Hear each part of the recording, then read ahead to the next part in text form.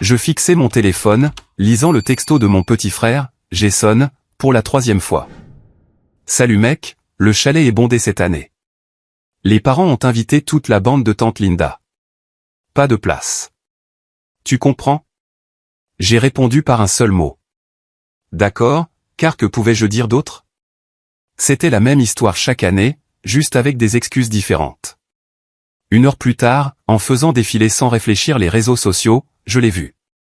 Mes parents avaient posté des photos depuis l'aéroport. Toute la famille élargie était là, souriant à l'appareil photo, prête à embarquer pour son vol vers le lac Tahoe. Cousins, tantes, oncles, Trevor avec sa femme parfaite, même leur labrador retriever, Max, la langue pendant joyeusement. Tout le monde était là. Tout le monde sauf moi. Je m'appelle Philippe, et à 28 ans, j'aurais dû être habitué à ce sentiment maintenant.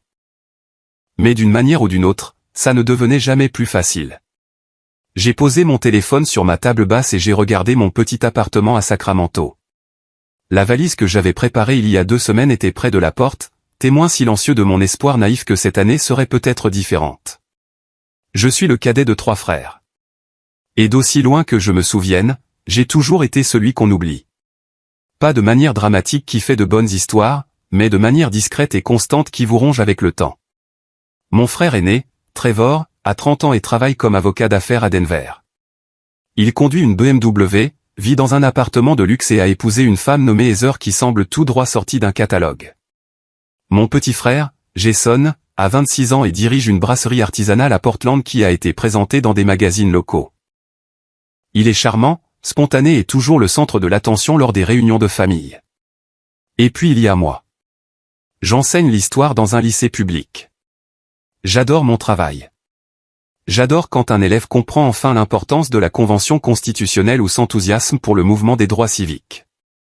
Mais pour ma famille, enseigner est juste, sympa, pas impressionnant, pas de quoi se vanter lors des dîners.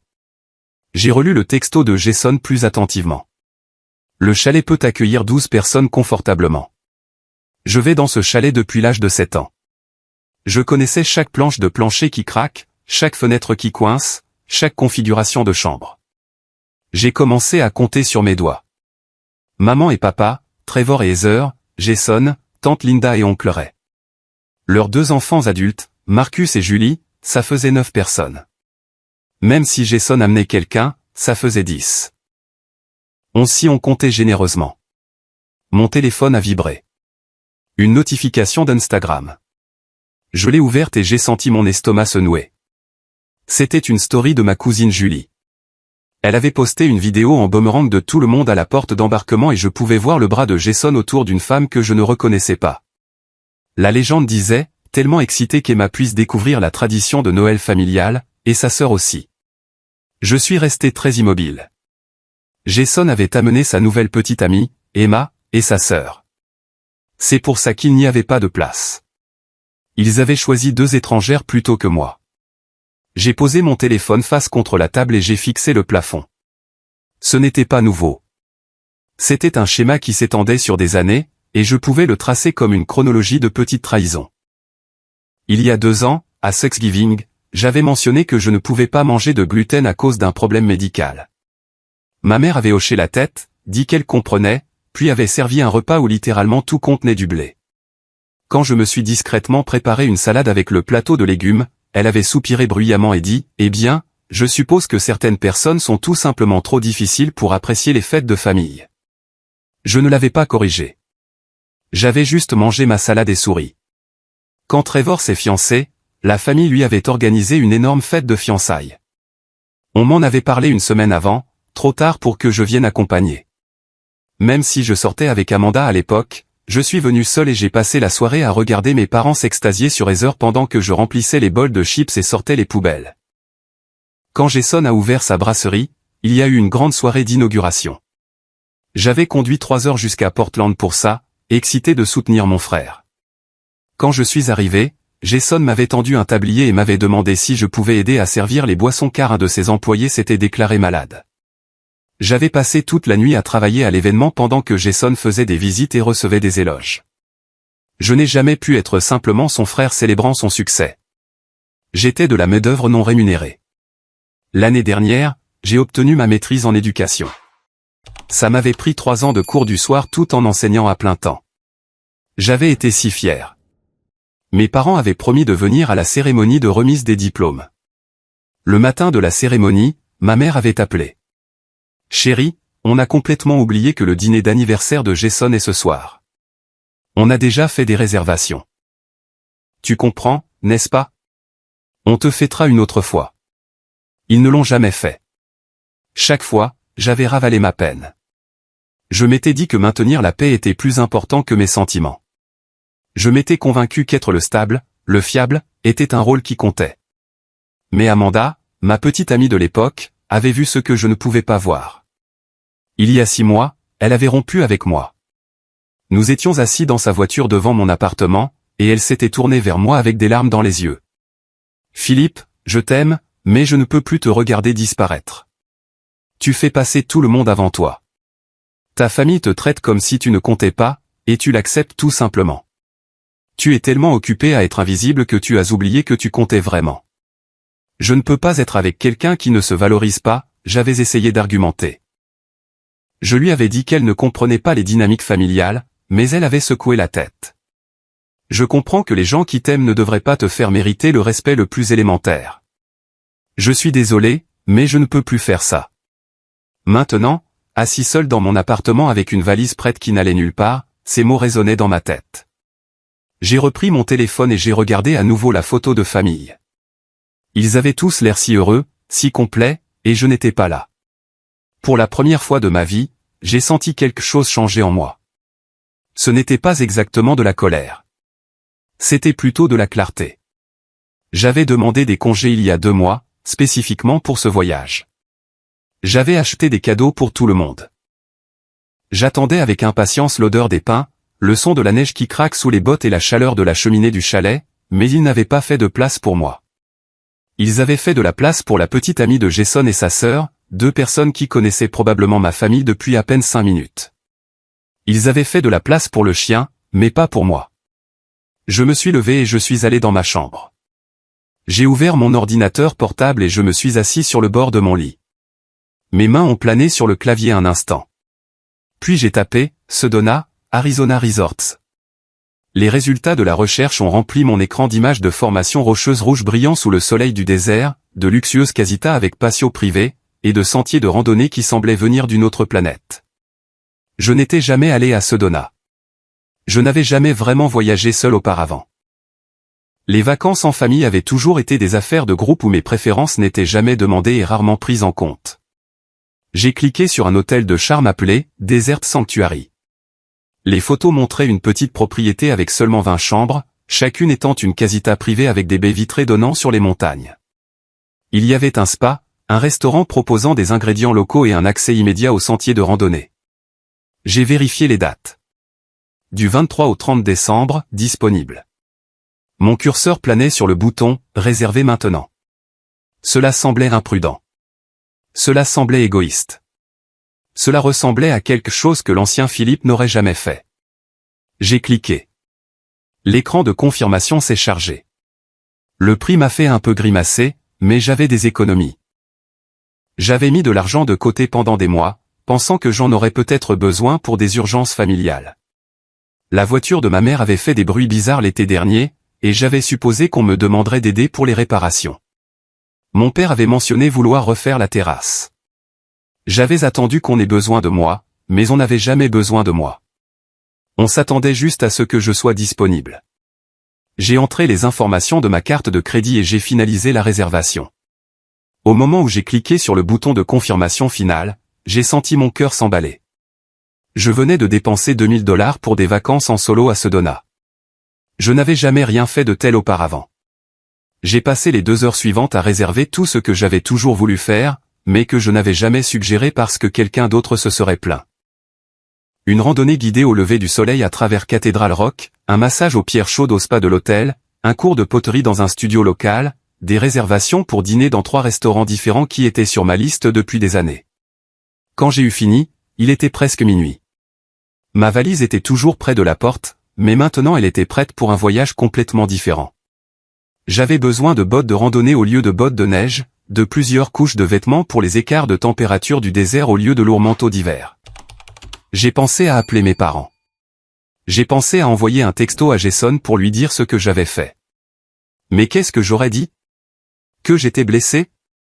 Il savait déjà que j'étais exclu et ne s'en était pas assez soucié pour y remédier. Que je partais en voyage de mon côté? Il serait probablement soulagé de ne pas avoir à se sentir coupable pour la situation du chalet. Alors je n'ai rien dit. Le 23 décembre, je me suis levé tôt et j'ai fini ma valise. J'ai vérifié 2 fois les informations de mon vol. Je me suis assuré que mon appartement était bien fermé. Et puis, juste avant d'appeler un VTC pour l'aéroport, j'ai ouvert Instagram et j'ai posté une photo. C'était juste ma carte d'embarquement pour Phoenix, mais j'ai ajouté une simple légende, je prends un peu de temps pour moi pendant ces vacances. J'ai éteint mon téléphone avant de pouvoir voir si quelqu'un avait réagi. Je ne voulais pas savoir. Je voulais juste partir. Le vol s'est bien passé. J'avais un siège près du hublot et j'ai passé la plupart des 2 heures à regarder le paysage en dessous, voyant la Californie céder la place à l'Arizona. Quand nous avons commencé notre descente vers Phoenix, j'ai pu voir les roches rouges au loin, et quelque chose dans ma poitrine s'est détendu. J'ai loué une voiture et j'ai fait les 2 heures de route vers le nord jusqu'à Sedona. Le paysage a changé progressivement, le sol désertique s'élevant en ces formations rouges impossibles qui semblaient briller de l'intérieur lorsque le soleil de l'après-midi les frappait. Au moment où je suis arrivé sur le parking de l'hôtel, le ciel se teintait de nuances d'orange et de rose que je n'avais vues que dans des peintures. L'enregistrement a été facile. La femme à la réception était chaleureuse et efficace, me tendant une carte clé et un plan de la propriété. « Vous êtes dans la Casita 7, a-t-elle dit. Elle a l'une des meilleures vues sur le coucher de soleil de la propriété. Profitez de votre séjour, Philippe. » La Casita était parfaite. Une grande pièce avec un lit king-size couvert de drap blanc, un coin salon avec un fauteuil en cuir et une cheminée, et un mur entier de fenêtres qui s'ouvraient sur un patio privé. Au-delà du patio, les roches rouges se dressaient contre le ciel comme d'anciennes sentinelles. Je me suis tenu sur le patio et j'ai pris une profonde inspiration. L'air sentait le genévrier et la terre. C'était calme, à l'exception du chant occasionnel d'un oiseau. J'étais complètement seul et, pour la première fois depuis plus longtemps que je ne pouvais m'en souvenir, la solitude ressemblait à la paix plutôt qu'à une punition. Ce soir-là, je suis allé à pied à un restaurant en ville dont j'avais lu des critiques. C'était petit et confortable, avec des plafonds à poutres apparentes et un menu qui changeait tous les jours. On m'a installé à une table près de la fenêtre avec vue sur la rue principale, qui était décorée de luminarias et de lumière blanche pour les fêtes. J'ai commandé un verre de vin et le plat du jour, qui était une truite grillée avec des légumes rôtis. J'avais apporté un livre, un roman de fiction historique sur la Seconde Guerre mondiale que j'essayais de finir depuis des mois, mais pour lequel je n'avais jamais eu le temps parce que j'aidais toujours quelqu'un d'autre avec quelque chose. J'en étais au 3e chapitre quand une voix à côté de moi a dit « Est-ce que c'est le nouveau Anthony Dwyer ?» J'ai levé les yeux. Une femme de mon âge se tenait à côté de la table, un menu à la main. Elle avait les cheveux noirs attachés en queue de cheval et portait des vêtements de randonnée. Elle a souri en s'excusant. « Désolé, je ne voulais pas interrompre. Je viens de finir ce livre le mois dernier et je l'ai adoré. » Pas de souci, ai-je dit en souriant en retour. Et oui, c'est bien ça. Je n'en suis qu'à une centaine de pages, mais c'est incroyable jusqu'à présent. Ça te dérange si je me joins à toi, a-t-elle demandé. Toutes les autres tables sont pleines, et manger seul la veille de Noël, c'est un peu trop triste, même pour moi. J'ai fait un geste vers la chaise vide. Je t'en prie. Elle s'est assise en face de moi et s'est présentée comme Claire. Quand nous avons fini de dîner, j'avais l'impression de la connaître depuis des années au lieu de quelques heures. Nous avons échangé nos numéros et avons vaguement prévu de peut-être nous croiser lors d'une randonnée. En retournant à ma casita sous un ciel plein d'étoiles, j'ai réalisé que j'avais eu une conversation plus significative en une soirée qu'avec ma famille en des mois. Je me suis endormi cette nuit-là dans un silence complet, les fenêtres ouvertes pour laisser entrer l'air frais du désert. Je n'ai pas pensé au chalet, ni à ma famille, ni à ce que je manquais. J'ai juste dormi. Je me suis réveillé le matin de la veille de Noël avec mon téléphone vibrant comme s'il était possédé. Je l'avais rallumé pour mettre une alarme pour ma randonnée au lever du soleil, et apparemment, c'était une erreur. 73 appels manqués. Plus de 100 textos, des messages vocaux remplissant ma boîte de réception. Je me suis assis dans mon lit, confus et un peu alarmé. quelqu'un était mort? J'ai ouvert mes messages. Ma mère, où es-tu? Mon père, c'est inacceptable. Appelle immédiatement. Jason, mec, qu'est-ce que tu fais? Trevor, tu es incroyablement égoïste. Tante Linda, ta pauvre mère est hors d'elle. J'ai fait défiler message après message, ma confusion se transformant en colère. De quoi parlait-il? On m'avait dit qu'il n'y avait pas de place. J'avais fait d'autres projets. Pourquoi s'en souciait-il? Puis j'ai trouvé un message de ma mère qui était plus long que les autres. Philippe, nous avions prévu une surprise pour toi au chalet. Nous économisions de l'argent pour t'aider à acheter une maison et nous allions te le dire le matin de Noël. Toute la famille était dans le coup. Nous pensions que tu viendrais quand même, parce que la famille, c'est la famille. Nous n'avons jamais vraiment pensé que tu ne viendrais pas. Maintenant, Noël est gâché et c'est de ta faute. Appelle-moi immédiatement. La colère qui couvait depuis que j'avais vu cette photo de l'aéroport a finalement débordé. Je me suis assis sur le bord de mon lit, le téléphone à la main, lisant le déluge de messages. Chacun ajoutait une nouvelle couche à ma colère et à ma confusion. Les textos de ma mère devenaient de plus en plus manipulateurs à mesure que je faisais défiler. Après tout ce que nous avons fait pour toi. Comment as-tu pu abandonner ta famille à Noël? Sais-tu à quel point c'est embarrassant? Tout le monde n'arrête pas de demander où tu es et nous n'avons pas de réponse. Jason avait envoyé un long message vers 3 heures du matin. Écoute, je sais que l'histoire de la petite amie était compliquée. Emma voulait vraiment amener sa sœur, et je pensais que tu comprendrais. Tu es toujours si cool avec ce genre de choses. Je me suis dit que tu ferais d'autres projets ou je ne sais quoi. Je ne pensais pas que tu lâcherais vraiment toute la famille. Maman est en train de péter les plombs. Peux-tu juste l'appeler et arranger ça? Les messages de Trevor étaient plus froids, plus accusateurs. Maman pleure depuis 2 heures. La tension artérielle de papa est au plafond. Tante Linda est contrariée.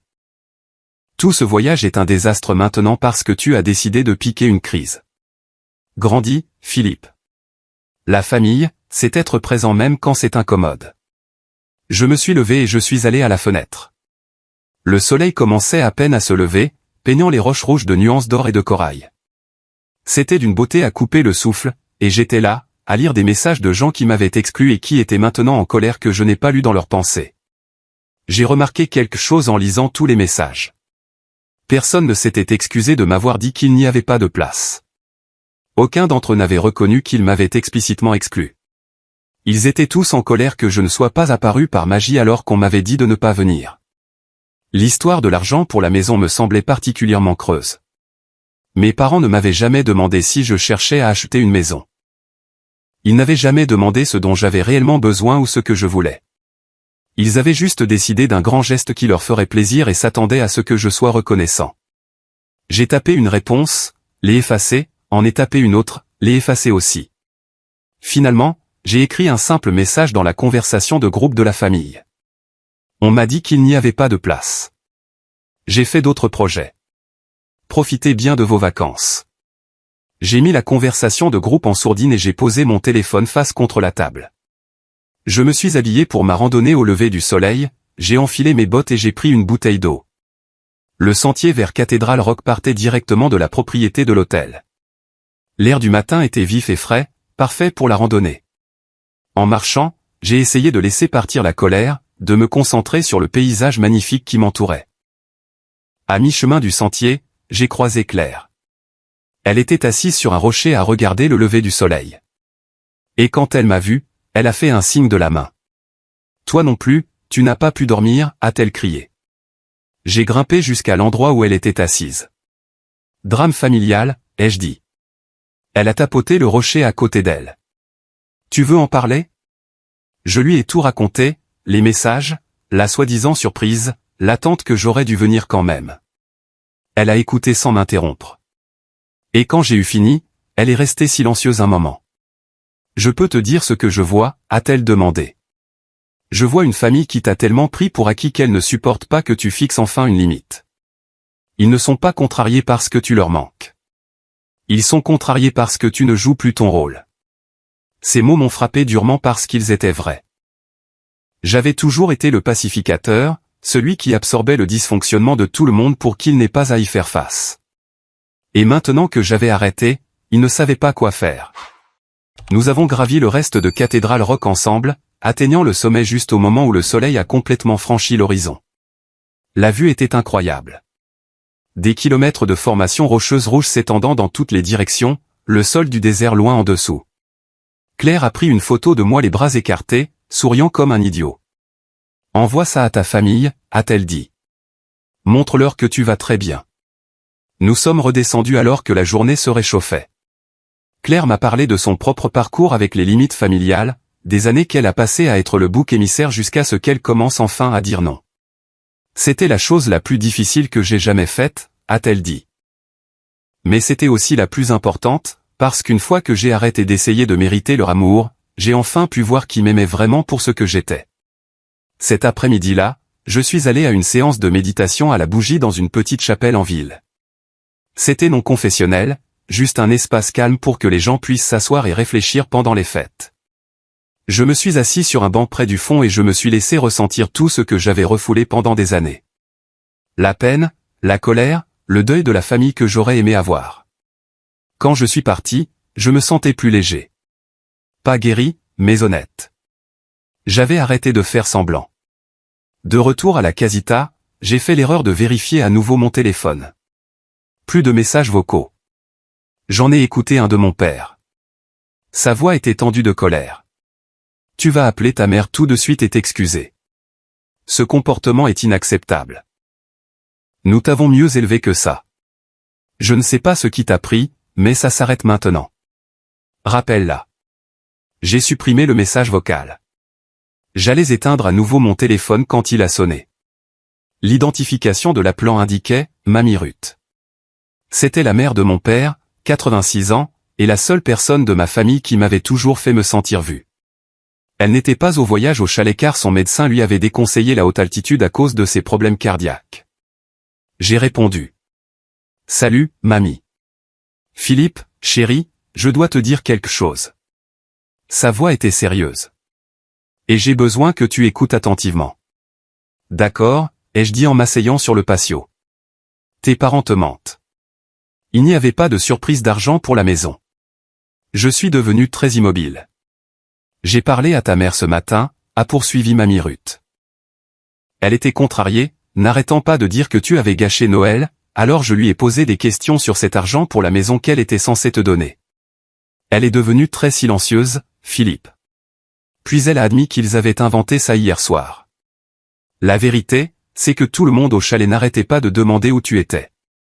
Tante Linda a apparemment fait une remarque sur le fait qu'ils ne pouvaient pas faire de place pour leur propre fils, mais en avaient trouvé pour des étrangers.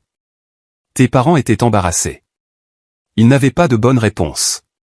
Alors ils ont concocté cette histoire de surprise pour te faire passer pour le méchant qui n'est pas venu. Ils réécrivent l'histoire pour sauver la face. Je ne pouvais pas parler. Je suis resté assis là, le téléphone collé à l'oreille, pendant que ma grand-mère continuait. Je les ai vus te faire ça toute ta vie, mon cœur. J'aurais dû dire quelque chose plus tôt, et je suis désolé de ne pas l'avoir fait, mais je le dis maintenant. Je suis fier de toi d'avoir enfin pensé à toi en premier. Tu ne leur dois pas d'excuses. Tu ne leur dois rien. Ne les laisse surtout pas te faire sentir coupable pour ça. Mamie, ai-je réussi à dire, ma voix rauque. Merci. Profite de ton voyage, chérie. Tu le mérites. Et quand tu rentreras, tu viendras dîner avec moi. Juste nous deux. Je veux tout savoir. Après avoir raccroché, je suis resté assis sur le patio pendant un long moment, regardant la lumière changer sur les roches alors que le soleil traversait le ciel. Ma famille m'avait menti.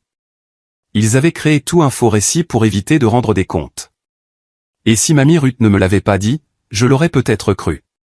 Je me serais peut-être excusé. J'aurais peut-être passé le reste de ma vie à penser que j'étais celui qui avait tort. Mais je connaissais la vérité maintenant, et il n'y avait pas de retour en arrière possible. Le jour de Noël a commencé par une autre randonnée au lever du soleil. Celle-ci en solo. J'avais besoin de temps seul avec mes pensées, et les sentiers m'offraient cela. Les roches rouges semblaient différentes à chaque heure à mesure que la lumière changeait, et je me suis surpris à remarquer des détails que j'aurais manqués si j'avais parlé. la façon dont les genévriers poussaient dans des fissures impossibles de la pierre. Les lézards se prélassant au soleil sur les roches chaudes. Le silence absolu rompu seulement par le vent et mes propres pas. En randonnant, des années de souvenirs se sont rejouées dans mon esprit avec une nouvelle clarté. Des choses que j'avais justifiées ou minimisées semblaient maintenant différentes à travers le prisme de la vérité de Mamie Ruth. Le Thanksgiving auquel j'étais censé avoir choisi de ne pas assister. Je n'avais rien choisi. J'avais la grippe, une fièvre de 39, et j'avais appelé pour leur dire que j'étais trop malade pour voyager. Ma mère avait dit « Oh, c'est dommage », puis n'avait jamais mentionné de reporter, de m'apporter des restes ou de vérifier si j'allais bien. 2 semaines plus tard, quand je l'ai vue, elle avait dit devant toute la famille « Eh bien, Philippe a décidé de ne pas se joindre à nous pour Thanksgiving cette année », le faisant passer pour un choix. Chaque incident suivait le même schéma. Exclure Philippe, puis le reformuler comme le choix de Philippe ou le problème de Philippe quand il réagissait. Ils faisaient cela depuis si longtemps qu'ils croyaient probablement à leur propre révision. Je me suis assis sur un rocher au sommet de Bell Rock et j'ai regardé la vaste étendue du paysage de l'Arizona. Pour la première fois de ma vie, je n'allais pas me défendre. Je n'allais pas argumenter. Je n'allais pas essayer de leur faire comprendre. J'allais simplement vivre ma vie et ils pourraient en faire partie ou non, mais seulement à mes conditions. Quand je suis redescendu, il était presque midi. Je me suis douché, changé et je suis allé au cours de poterie que j'avais réservé. Il se tenait dans un petit studio en ville, enseigné par une artiste locale nommée Margaret, qui devait avoir la soixantaine, avec des mains tachées d'argile et un sourire chaleureux. Il y avait 5 autres personnes dans le cours, tous des voyageurs en solo, passant les vacances à faire quelque chose de créatif. Nous nous sommes assis chacun à un tour et Margaret nous a montré les bases. Mon bol était bosselé et inégal, mais je l'ai fait de mes propres mains et il était à moi. Quand il a vacillé hors du centre, Margaret a juste ri et a dit « La perfection est ennuyeuse. C'est le caractère qui rend l'art intéressant. » J'ai pensé à ça en façonnant l'argile. Ma famille voulait que je sois parfait, ce qui signifiait en réalité silencieux et accommodant. Mais je découvrais enfin que j'avais du caractère, et c'était mieux. Après le cours, j'avais un rendez-vous pour un massage au spa de l'hôtel. Je n'avais jamais eu de massage professionnel auparavant. Cela m'avait toujours semblé être une indulgence, mais alors que la thérapeute dénouait des nœuds dans mes épaules dont j'ignorais même l'existence, j'ai réalisé que ce n'était pas de l'indulgence. C'était du soin, et je méritais du soin. Le dîner était dans un steakhouse qui était sur ma liste depuis des années. J'ai commandé exactement ce que je voulais sans tenir compte des préférences ou des restrictions alimentaires de qui que ce soit d'autre, une entrecôte, saignante, une purée de pommes de terre à l'ail, un verre de bon vin rouge. J'ai mangé lentement, savourant chaque bouchée, lisant mon livre entre les plats. Alors que je finissais mon dessert, mon téléphone a vibré. Claire m'avait envoyé un texto. Certains d'entre nous, voyageurs en solo, faisons un feu de camp à l'hôtel ce soir si tu veux te joindre à nous. 20 heures au foyer extérieur. Sans pression. Je suis arrivé à 20 heures avec un thermos de chocolat chaud du café de l'hôtel. Il y avait 6 personnes rassemblées autour du foyer, qui étaient installées sur une terrasse en pierre avec vue sur les étoiles. Claire m'a présenté à tout le monde, Marcus de Boston, un thérapeute d'une 40aine d'années, 2 femmes de Chicago, meilleurs amis qui avaient décidé de fuir leurs drames familiaux et de voyager ensemble, un couple de retraités du Minnesota qui avaient perdu leur unique enfant il y a 5 ans et ne pouvaient pas affronter un autre Noël de parents bien intentionnés posant des questions indiscrètes. Nous avons parlé pendant des heures de la famille, des limites, de ce que signifiait se choisir soi-même. Marcus, le thérapeute, a dit quelque chose qui m'a marqué. Les gens qui vous aiment sincèrement ne vous font pas mériter le respect le plus élémentaire. Si vous auditionnez constamment pour l'approbation de quelqu'un, ce n'est pas de l'amour. C'est du contrôle. Je leur ai raconté l'histoire de la fausse surprise d'argent pour la maison. Et la réaction de tout le monde a été la même, de la colère en mon nom. Pas une seule personne n'a suggéré que je devrais comprendre le point de vue de ma famille ou leur accorder le bénéfice du doute.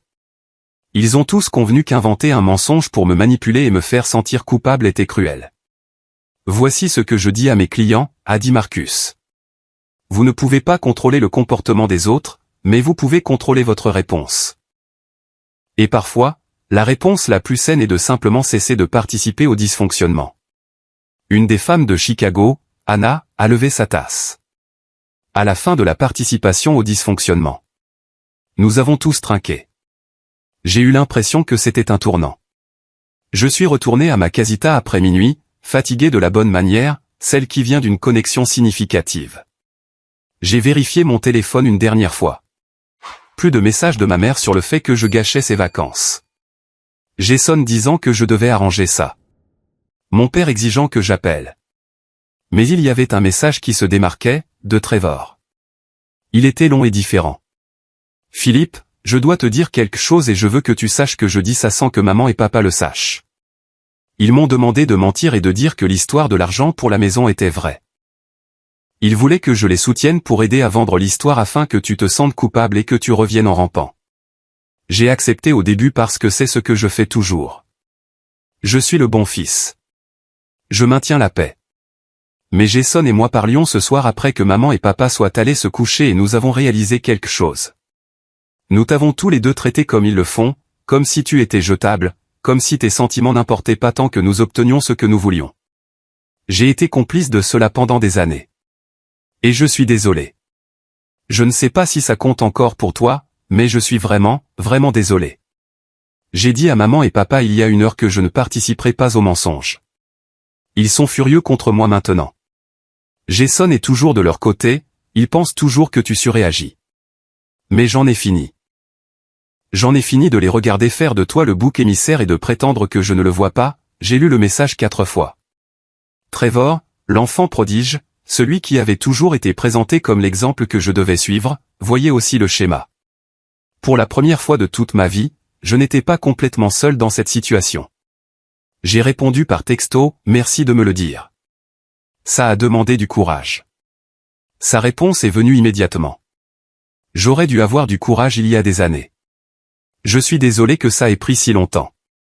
Je me suis endormi cette nuit-là en ressentant quelque chose que je n'avais pas ressenti depuis longtemps, l'espoir. Pas l'espoir que ma famille changerait, mais l'espoir que je pourrais avoir de véritables relations avec au moins certains d'entre eux. Et c'était suffisant. Les 2 jours suivants se sont déroulés dans un flou de beauté et de paix. Je faisais de la randonnée tous les matins, parfois avec Claire, parfois seul. Nous avons visité des galeries d'art en ville où des artistes locaux vendaient des peintures et des sculptures inspirées par le paysage désertique. J'ai acheté une petite peinture de cathédrale rock au coucher du soleil pour me souvenir de ce voyage, du moment où je me suis choisi. Trevor continuait d'envoyer des nouvelles par texto. Mes parents étaient furieux qu'il ait refusé de soutenir leurs mensonges. Jason l'avait traité de traître. L'atmosphère au chalet était tendue. Tante Linda et oncle Ray avaient commencé à poser des questions inconfortables sur la façon dont la famille me traitait. Je pense que je vais peut-être partir plus tôt, a texté Trevor le 27 décembre. Être le favori vient avec sa propre cage, et je réalise que j'ai été tout aussi piégé que toi. Je l'ai appelé. C'était la première vraie conversation que nous avions eue depuis des années, peut-être même jamais. Il m'a parlé de la pression d'être l'enfant prodige, de la façon dont chaque réussite devait être parfaite car toute chose inférieure serait une déception pour tout le monde. Il m'a dit qu'il avait envié ma carrière d'enseignant parce que cela semblait être quelque chose fait par amour plutôt que par approbation. Je gagne 200 000 $ par an et je déteste ma vie, a-t-il dit doucement. Tu gagnes une fraction de cela et tu aimes réellement aller au travail. Je pense que tu es peut-être le plus intelligent. Je lui ai dit, ne quitte pas le chalet plus tôt à cause de moi. Reste. Fixe tes propres limites. Montre-leur à quoi ressemble le fait de dire non sans partir. Tu essaies de changer. Ça compte. Le 27 décembre, mon téléphone a sonné alors que je déjeunais dans un café. Tante Linda. J'ai failli ne pas répondre, mais quelque chose m'a poussé à décrocher. Philippe, je te dois des excuses. Sa voix était chargée d'émotion. J'aurais dû dire quelque chose il y a des années. J'ai vu tes parents te traiter comme si tu ne comptais pas et je suis restée silencieuse parce que je ne voulais pas causer de conflit familial, mais cela me rend complice. Je suis tellement, tellement désolé. J'ai senti les larmes me piquer les yeux. Merci de dire ça. Ray et moi écourtons notre voyage, a-t-elle poursuivi. Nous ne sommes pas à l'aise de les voir faire de toi le bouc émissaire et prétendre que c'est de ta faute. Nous rentrons en voiture demain, mais quand tout le monde sera de retour, nous aimerions t'inviter à dîner. Juste nous, si tu es d'accord. J'aimerais beaucoup ça, ai-je dit. Après qu'elle ait raccroché, je suis resté assis dans le café pendant un long moment, regardant les touristes passer sous le soleil de décembre. La structure familiale que je croyais solide se fissurait, changeait, révélant ce qui avait été caché dessous depuis tout ce temps. Ce soir-là, mon téléphone a de nouveau sonné. Ma mère. Je l'ai regardé pendant 3 sonneries avant de répondre. « Salut, maman. » Philippe. Sa voix était tendue. « Je pense que nous devons discuter de ton comportement. » Quelque chose en moi s'est durci. « Non, maman. Nous devons discuter du tien. » Silence. Puis, excuse-moi. Tu m'as dit qu'il n'y avait pas de place au chalet. Tu as fait le choix de m'exclure. Puis tu as été embarrassé quand les gens ont demandé où j'étais, alors tu as inventé un mensonge sur une surprise pour me faire passer pour le méchant. Mamie Ruth m'a dit la vérité. Ta grand-mère n'a aucune idée de ce dont elle parle, a dit ma mère, mais sa voix vacillait. Ne me mens plus, ai-je dit, et j'ai été surpris de mon calme. Je ne fais plus ça. Je n'auditionne plus pour faire partie de cette famille.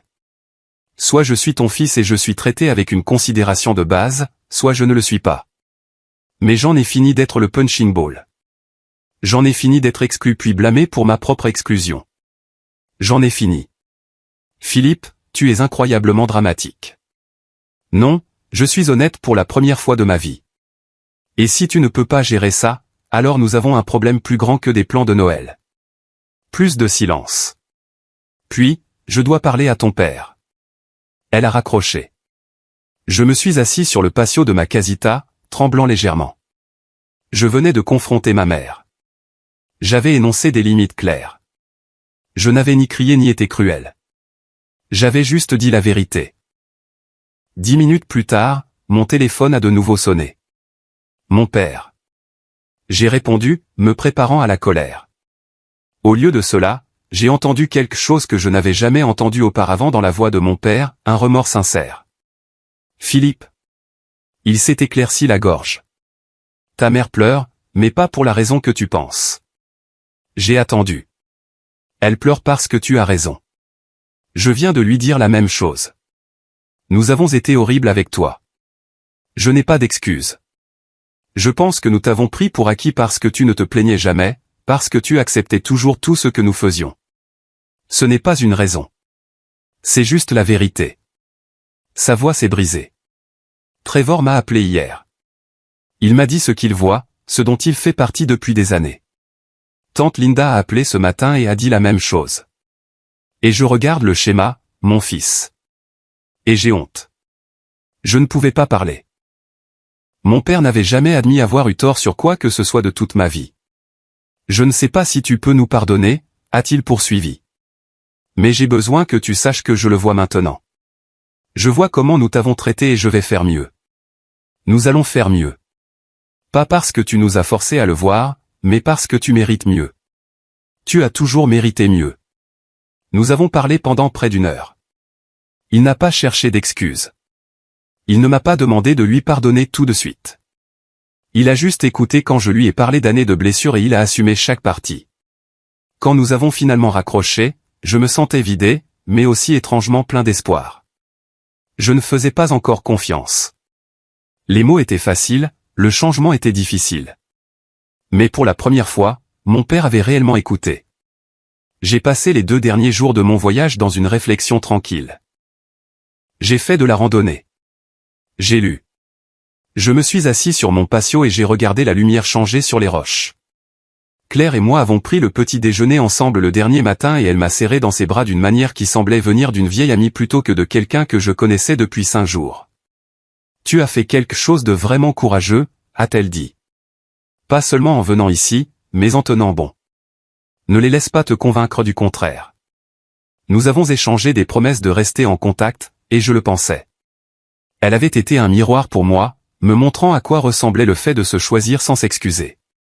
Sur le trajet de retour vers Phoenix, j'ai réfléchi à ce que je voulais vraiment. Je ne voulais pas couper complètement les ponts avec ma famille. Malgré tout, je les aimais. Mais je savais aussi que je ne pouvais pas redevenir invisible. J'avais besoin qu'ils me voient, et s'ils ne le pouvaient pas ou ne le voulaient pas, alors je devais être capable de m'éloigner. Le vol de retour était différent du vol aller. Je retournais à ma vie, mais je n'étais pas la même personne qui était partie. Quand je suis rentré à mon appartement le 2 janvier, il y avait une lettre dans ma boîte aux lettres. Enveloppe manuscrite, adresse de retour de Trevor. Je l'ai ouverte, debout dans mon salon. C'était 3 pages, des excuses détaillées, une reconnaissance de chaque fois où il avait été complice de mon exclusion, un engagement à changer, et une invitation. Quand tu seras prêt, j'adorerais t'inviter à dîner. Juste nous, pas de parents, pas de Jason, juste des frères qui essaient de comprendre comment être meilleurs. Il y avait une autre lettre de tante Linda et oncle Ray. Des sentiments similaires. Gratitude pour mon courage. Une invitation à dîner. Rien de Jason pour l'instant. Mon téléphone a sonné. Ma mère. J'ai répondu avec prudence. Ton père et moi aimerions te rencontrer pour un café, a-t-elle dit. Sans préambule. Si tu es d'accord. D'accord, ai-je dit. Demain après-midi. Le café sur J Street. Ils étaient déjà là quand je suis arrivé, assis à une table dans un coin. Ma mère avait l'air d'avoir vieilli de 5 ans en 2 semaines. Mon père s'est levé quand je suis entré, un geste démodé qu'il n'avait jamais fait auparavant. Nous nous sommes assis. Le silence était lourd. Ma mère a parlé la première. Je te dois des excuses. Les mots sont sortis de manière rigide, inconfortable. Elle n'était pas douée pour ça. Les réactions de la famille élargie au chalet m'ont fait voir des choses que j'ignorais. J'ai favorisé le succès de Trevor et le charisme de Jason parce que cela me donnait l'impression d'avoir fait quelque chose de bien en tant que parent. Tu étais stable et bon et j'ai pris ça pour acquis. J'ai supposé que tu n'avais pas besoin d'attention ou d'éloge. J'avais tort. Mon père a enchaîné, plus direct. Nous avons été des parents paresseux avec toi, Philippe. Tu ne demandais rien, alors nous ne donnions rien. Ce n'est pas de ta faute, c'est de la nôtre. Je suis resté très immobile, laissant leurs mots s'installer. De quoi as-tu besoin de notre part? A demandé mon père. J'y avais pensé dans l'avion du retour. Des efforts constants. M'inclure dans la planification, pas comme une pensée après coup. Respecter mon temps et mes choix, et ne plus réécrire l'histoire. Quand vous faites une erreur, assumez-la. Ne faites pas de moi le problème parce que c'est plus facile que d'admettre une faute. Ils ont tous les deux hoché la tête. Les yeux de ma mère étaient humides. Pouvons-nous essayer? A-t-elle demandé. Je sais que nous ne méritons pas une autre chance, mais pouvons-nous essayer? Oui, ai-je dit. Mais si ça retourne aux anciens schémas, je m'en vais. Je le pense vraiment. Compris, a dit mon père. Nous avons parlé pendant une autre heure. Ce n'était pas confortable, ce n'était pas facile, mais c'était honnête. Alors que nous nous préparions à partir, la porte du café s'est ouverte et Jason est entré. Il s'est arrêté en nous voyant, clairement surpris. Ma mère lui a fait signe de venir. Il s'est assis maladroitement, sur la défensive. Je ne savais pas que nous avions une réunion de famille. Ce n'est pas le cas, ai-je dit. Maman et papa m'ont demandé de les rencontrer pour un café. Jason m'a regardé, puis nos parents. Alors, on va tous faire comme si Philippe n'avait pas planté Noël? Trevor, que je n'avais pas remarqué entrer derrière Jason, a pris la parole. Arrête. Arrête, Jason. Il s'est assis à notre table. Philippe ne te doit pas de réconfort pendant que tu justifies de l'avoir blessé. Soit tu t'excuses pour de vrai, soit tu ne le fais pas, mais ne cherche pas d'excuses. Le visage de Jason est devenu rouge. Il a ouvert la bouche, l'a refermée. Puis lentement, quelque chose a changé dans son expression. J'ai toujours été jaloux de toi. Je l'ai regardé fixement. Quoi? Tu es bon dans les relations, a dit Jason doucement. Tes élèves t'adorent. Tu as ce calme que je n'ai jamais eu. Les gens te font confiance. Je t'ai exclu parce que t'inclure me faisait me sentir moins spécial. C'est pathétique, mais c'est la vérité. Je suis désolé. Le silence s'est fait à la table. Je ne sais pas comment réparer ça, a dit Jason en regardant ses mains. Commence par le penser vraiment quand tu m'incluras la prochaine fois, ai-je dit. Il a hoché la tête. D'accord. Ce n'était pas une résolution parfaite, mais c'était réel. 3 mois ont passé. Ce n'étaient pas des mois parfaits, mais ils étaient différents. Trevor et moi avons commencé à dîner ensemble une fois par mois, de vrais dîners où nous parlions de choses réelles, pas de nouvelles familiales superficielles. Il m'a parlé de son mariage, qui battait de l'aile parce qu'il avait construit toute son identité autour du travail et du succès. Je lui ai parlé de mes élèves, ceux qui avaient des difficultés et ceux qui s'épanouissaient. Nous avons parlé de nos parents, des schémas que nous avions appris et que nous essayions de désapprendre. Un soir, autour d'un plat de pâtes, Trevor a dit quelque chose qui m'a surpris. Être le favori m'a détruit d'une manière que je ne vois que maintenant. Je n'ai jamais eu le droit d'échouer ou d'être vulnérable. Toi, au moins, tu avais le droit d'être humain. J'aurais préféré être vu, ai-je dit. Je sais. Je ne dis pas que mon expérience a été plus difficile. Je dis juste que nous avons tous les deux été endommagés par le même système de différentes manières. Tante Linda et oncle Ray sont devenus des alliés inattendus. Ils m'invitaient chez eux pour les dîners du dimanche, juste nous trois. Tante Linda me racontait des histoires sur mon père quand il était enfant, sur la façon dont ses propres parents avaient joué aux favoris avec lui et ses frères et sœurs. Cela n'excusait pas son comportement, mais cela m'aidait à le comprendre. Le changement de Jason a été plus lent et plus irrégulier. Il m'incluait dans des projets, puis oubliait de donner suite. Mais quand je le lui faisais remarquer, il s'excusait au lieu de se mettre sur la défensive. De petits pas. Mes parents ont tenu leurs promesses de manière significative. Quand la planification de Pâques a commencé, ma mère m'a appelé en premier pour me demander quelle date me convenait. Quand mon père a entendu que je pensais acheter une nouvelle voiture, il est venu à mon appartement avec des magazines de consommateurs et a passé 3 heures à m'aider à faire des recherches. Ils essayaient. C'était imparfait et parfois maladroit, mais c'était un effort réel. En mars, j'ai commencé à sortir avec quelqu'un de nouveau. Elle s'appelait Sarah et c'était une bibliothécaire que j'ai rencontrée lors d'un événement communautaire sur l'histoire locale. Elle était gentille, drôle et réellement intéressée par mon travail. Quand je lui ai parlé de la situation de Noël, elle ne m'a pas plaint ni dit que j'étais courageux. Elle a juste dit, de bonnes limites sont séduisantes. J'ai invité Sarah à un dîner de famille en avril. J'étais nerveux, m'attendant à ce que mes parents la comparent à Heather ou fassent des commentaires maladroits. Au lieu de cela, ma mère a interrogé Sarah sur son travail, sincèrement intéressée. Mon père a raconté des histoires embarrassantes sur moi quand j'étais enfant, mais elles étaient affectueuses au lieu d'être moqueuses. Jason a demandé si Sarah avait des recommandations de brasserie en ville. Trevor et Heather nous ont invités à un concert. C'était le premier dîner de famille où je me sentais à ma place. Un petit moment s'est produit qui signifiait tout. Ma mère servait le dessert et elle est venue vers moi en premier. J'ai pris cette tarte que tu aimes, Philippe. Celle aux pommes de la boulangerie sur la 15e rue. Elle s'en était souvenue. Elle avait fait un effort. C'était une si petite chose, mais c'était tout. Jason dérapait parfois. En mai, il a envoyé un texto de groupe à propos d'un barbecue familial chez lui et a oublié de m'inclure dans la chaîne.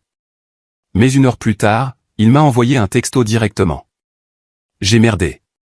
Tu es invité. S'il te plaît, viens. Je suis désolé. L'ancien Philippe aurait dit que ce n'était pas grave et aurait ravalé sa peine. Le nouveau Philippe a dit, merci de t'excuser. Oui, je viendrai, mais s'il te plaît, ajoute-moi à la conversation de groupe pour que ça n'arrive plus. Il l'a fait. Mamie Ruth et moi dînions ensemble 1 fois par semaine. Juste nous deux.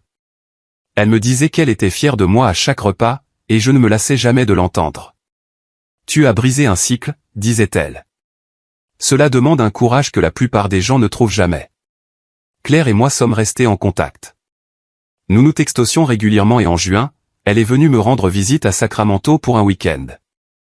Nous avons fait de la randonnée dans les contreforts et avons dîné dans mes restaurants locaux préférés. Tu as l'air différent, a-t-elle dit. Plus léger. Je me sens différent, ai-je dit. En juillet, j'ai planifié un voyage de retour à Sedona. J'ai invité Trevor et Sarah. J'ai aussi invité mes parents, mais j'ai été clair, c'était mon voyage, mes plans, et ils étaient les bienvenus pour se joindre, mais pas pour prendre le contrôle. Ils sont venus. Nous avons gravi Cathedral Rock ensemble. Mon père a eu du mal avec l'altitude mais a continué. Ma mère a pris des photos des roches rouges et a dit, je vois pourquoi tu aimes cet endroit. Le dernier soir, nous avons dîné dans le même restaurant où j'avais rencontré Claire. Je leur ai raconté l'histoire de cette première nuit, où j'étais assis seul et ressentais la paix au lieu de la solitude. Je suis contente que tu sois venu ici, a dit ma mère doucement. Je suis contente que tu te sois choisi. C'était ce qui se rapprochait le plus d'une reconnaissance totale de ce qui s'était passé. Je l'ai accepté. L'été a laissé place à l'automne. Mes élèves ont commencé une nouvelle année scolaire. Un élève de première, Marcus, qui me rappelait moi-même à cet âge, est resté après la classe un jour. « Monsieur Philippe, puis-je vous poser une question personnelle ?»« Bien sûr, » ai-je dit. « Comment gérez-vous les problèmes familiaux? Comme quand ils vous font sentir invisible? » J'y ai réfléchi. J'ai appris que je devais d'abord être visible à mes propres yeux. Je devais croire que je comptais même quand les autres agissaient comme si ce n'était pas le cas. Et ensuite, je devais être assez courageux pour dire « Voici comment j'ai besoin d'être traité ». Certaines personnes s'élèveront à ce niveau. D'autres non. Mais de toute façon, tu sauras où tu en es. Il a hoché la tête lentement. C'est logique. Alors qu'il partait, j'ai pensé à cette conversation. J'étais devenu la personne dont j'avais besoin quand j'avais son âge. Cela ressemblait à un but. En octobre, la planification de Noël a commencé. Le texto de groupe a commencé avec ma mère demandant les disponibilités de chacun. J'ai été inclus dès le premier message. Jason a de nouveau suggéré le chalet. J'ai senti mon estomac se serrer. De vieilles blessures pas tout à fait guéries. Trevor a texté séparément. « Si tu ne veux pas faire le chalet, je te soutiendrai. » J'y ai réfléchi. Puis j'ai répondu au groupe. Le chalet me va, mais je veux faire partie de la planification cette fois, pas seulement qu'on me dise quand venir. Ma mère m'a appelé 1 heure plus tard. À quoi veux-tu que ce Noël ressemble? Nous l'avons planifié ensemble, nous tous. Des dates qui convenaient à tout le monde. Des préférences alimentaires réellement prises en compte. Un espace réparti équitablement. Ce n'était pas parfait, mais c'était inclusif. Quand Noël est arrivé, j'ai conduit jusqu'à Tao avec Sarah. Nous avions notre propre chambre cette fois, pas un canapé ou un sac de couchage par terre. Le chalet sentait le pain, la cannelle et la fumée de bois. Toutes les odeurs que j'avais aimées enfant. Jason m'a accueilli à la porte avec une accolade. « Content que tu sois là, mec. » Trevor a aidé avec mes bagages. Mes parents m'ont tous les deux serré dans leurs bras. De vraies accolades qui semblaient sincères. Cette semaine n'a pas été parfaite. De vieux schémas ont parfois refait surface. Mais quand c'est arrivé, je les ai abordés calmement et clairement, et la plupart du temps, les gens ont corrigé le tir. Le matin de Noël, nous avons ouvert les cadeaux ensemble. Mes parents m'ont offert une photo encadrée de Sedona, celle que Claire avait prise de moi au sommet de Cathedral Rock, les bras écartés. Pour te rappeler, disait la carte, que tu comptes, que tu as toujours compté et que tu compteras toujours. J'ai pleuré. Sarah m'a tenu la main. Trevor m'a serré l'épaule. Le dernier jour du voyage, je me tenais sur la terrasse du chalet, regardant les pins couverts de neige. Mon père est venu se tenir à côté de moi. « Tu as changé cette famille », a-t-il dit. « Tu le sais, n'est-ce pas ?» J'ai juste arrêté de faire semblant, ai-je dit. C'est la même chose. De retour à la maison en janvier, de retour dans ma salle de classe, un élève m'a interrogé sur mes vacances de Noël. J'ai souri. C'était bien. Vraiment bien. Qu'est-ce qui l'a rendu spécial, a-t-elle demandé. J'ai pensé à Sedona, à Claire et Marcus et au feu de camp, à Mamie Ruth et aux excuses de Trevor et à l'aveu de jalousie de Jason, à mes parents qui essayaient vraiment, à Sarah à mes côtés à travers tout ça. Au fait de devenir visible à mes propres yeux d'abord. J'ai appris que je valais la peine qu'on se présente pour moi, ai-je dit. Même si je devais d'abord me présenter pour moi-même. L'élève a hoché la tête pensivement et est retourné à ses notes. Mais je suis resté assis à mon bureau un moment, regardant la peinture de Sedona sur mon mur, la photo sur mon bureau de nous tous au chalet cette année, Sarah et moi souriant. J'ai pensé au voyage entre le Noël dernier et celui-ci. D'être exclu à être inclus, d'être invisible à être vu. Ça n'avait pas été facile. Ça avait demandé un courage que je ne savais pas que j'avais. Mais ça en avait valu la peine. Parce que voici ce que j'ai finalement compris, votre valeur n'est pas déterminée par le fait que les autres choisissent de la voir ou non. Votre valeur existe indépendamment de la reconnaissance. Mais quand vous commencez à voir votre propre valeur, quand vous cessez de vous contorsionner pour vous adapter à des espaces qui ne vous font pas de place, quelque chose change. Les gens qui tiennent vraiment à vous feront l'effort. Et les gens qui ne le font pas se révéleront. Établir des limites ne consiste pas à punir les autres. Il s'agit de s'honorer soi-même. Il s'agit de dire « je compte » même quand personne d'autre ne le dit pour vous. Surtout quand personne d'autre ne le dit pour vous. La vraie famille est présente non pas quand c'est pratique, mais quand vous en avez besoin. Et parfois, cette famille est celle dans laquelle vous êtes né, une fois qu'elle a appris à vous voir vraiment. Parfois, cette famille est celle que vous choisissez. Les Claire, les mamies Ruth et les tantes Linda qui reconnaissent votre valeur sans avoir besoin d'être convaincus. Je regarde mes élèves maintenant et je vois ceux qui sont invisibles dans leur famille. Je vois ceux qui essaient de mériter un amour qui devrait être donné gratuitement. Et je leur dis, doucement mais fermement, vous comptez. Vous n'avez pas besoin d'auditionner pour le respect de base. Les bonnes personnes verront votre valeur.